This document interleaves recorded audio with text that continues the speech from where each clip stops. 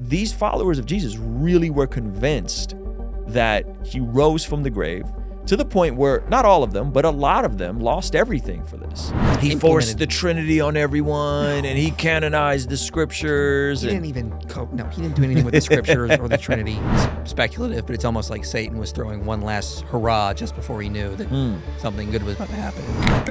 Ruslan. Nathan said, question for both of you. Why does it seem like there is a rise in Christians questioning the validity of the Apostle Paul's writings? I see this coming from two polar opposite perspectives. I see this coming from some of the Bethel crowd and some of the hardcore charismatics with like letter read theology, like Jesus is my theology, which, and then I see it coming from like the more progressive circles. Paul, he messed it all up. Like Jesus was about love and like everything was cool, and Paul just totally screwed it up. I see those two extremes on this kind of trying to get Paul out of here. What do you make of it? Yeah, I think it's heresy. Paul wrote scripture. This was clearly what the early church taught. You read them like Ignatius, Polycarp, some of the apostles, the disciples of the apostles. They were the descendants of the apostles. Nothing Paul says contradicts what Jesus taught. Yeah, for sure. And when anyone tries, I see some of the most ad hoc reasoning or special pleading I've ever seen in my life. It's just bad reasoning. Paul is in line with the scriptures. Yeah. He is very much aware, as some scholars have noted, of the Jesus tradition that the church had taught him. Yep. So there's nothing in there to reject. And there's a reason that his letters are considered scripture, because he basically expands upon what Christ laid down, and he gives us really important commentary on that. Yeah. Yeah. What does IP think about Paul-onlyism? I have no idea. What is that? That is a thing. Yes, that is a thing. People think that, it's really like extreme right wing stuff, like get rid of anything that has any sort of Jewish aspect on it. Yeah, and that's horrible. It's terrible. We owe a great debt to the Jews and their culture. They were elected. God chose them to deliver the Messiah and his message to the world. Yeah. We should be thankful for that and respect the Jews and the Jewish culture for sure. Sometimes it's tied with anti-Semitism, which is horrible. Got you. Okay. But yeah, it's really bad.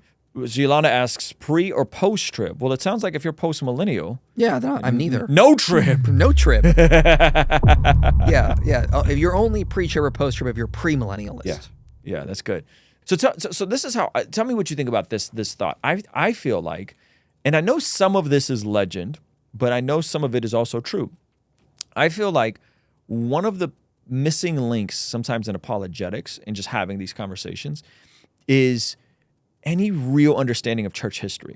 And this is what I mean. If we look at Acts and then Paul going and writing this, the New Testament epistles and the whole thing, I think most people don't know what happens after that.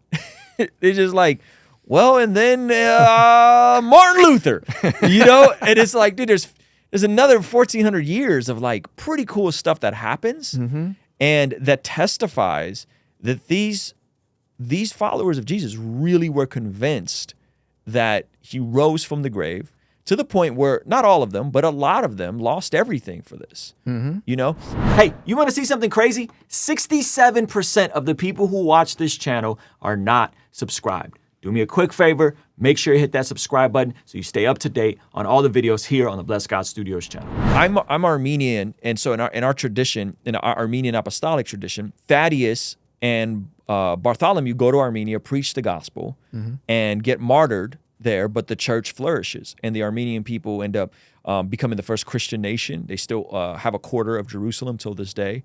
They end up developing their first written language to translate the Bible, And so like, because I know my own history, I know how real this is. And if you go to Jerusalem today, there's a church of St. James where they believe that there's the head of James is back there somewhere. And you can go to a part of Armenia, it's technically on the border with Turkey today, where you could stand at the grave of a disciple of Jude, of Thaddeus. And so like, there's this beautiful, rich history there that I feel like if more folks knew where the different apostles went and some of the stories around that, and then who came on the scene after that, and then the Justin Martyr and all of these guys, Athanasius, I think that's a really good argument for Christianity being true, instead of just like, yeah, Jesus goes to heaven and Paul plants some churches, and then like Constantine ruins it all.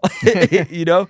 Well, Constantine didn't ruin it all. He saved the church in a lot of ways because it was suffering severe persecution just before him. The Diocletian persecution was probably one of the worst, if not the worst Christian persecution ever.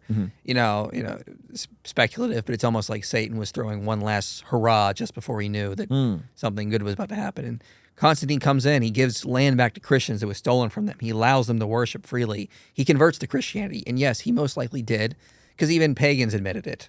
And so, I believe he's a saint in the Orthodox Church, for example, because he allowed the church to start to really flourish and spread. Now, was it perfect? No.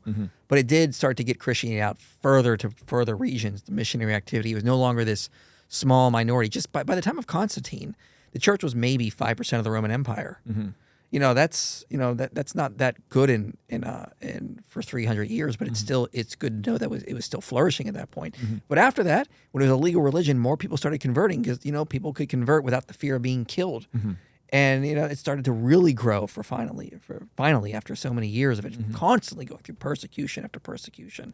So Constantine was not perfect, obviously, but he wasn't this massive horrible person who he forced the Trinity on everyone, and he canonized the scriptures. He didn't he didn't do anything with the scriptures or the Trinity. It's like Joe Rogan theology, right? Yeah, it basically is what it is. No, the church, the canon that we use today comes from Saint Athanasius the Great, and he's the great for a reason.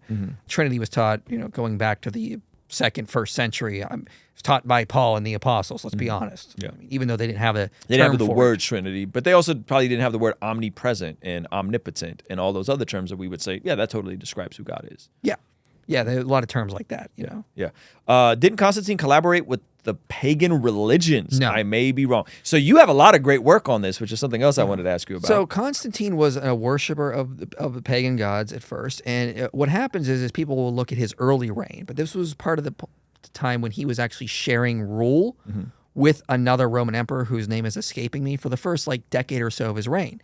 Then he fights a war, he wins, and when he becomes sole emperor, he makes the Kairos symbol. This is a Christian symbol. It's like a P and an X. Yep. It's the first two letters of Christ's name. He makes that the official symbol of his reign. He puts it on coins.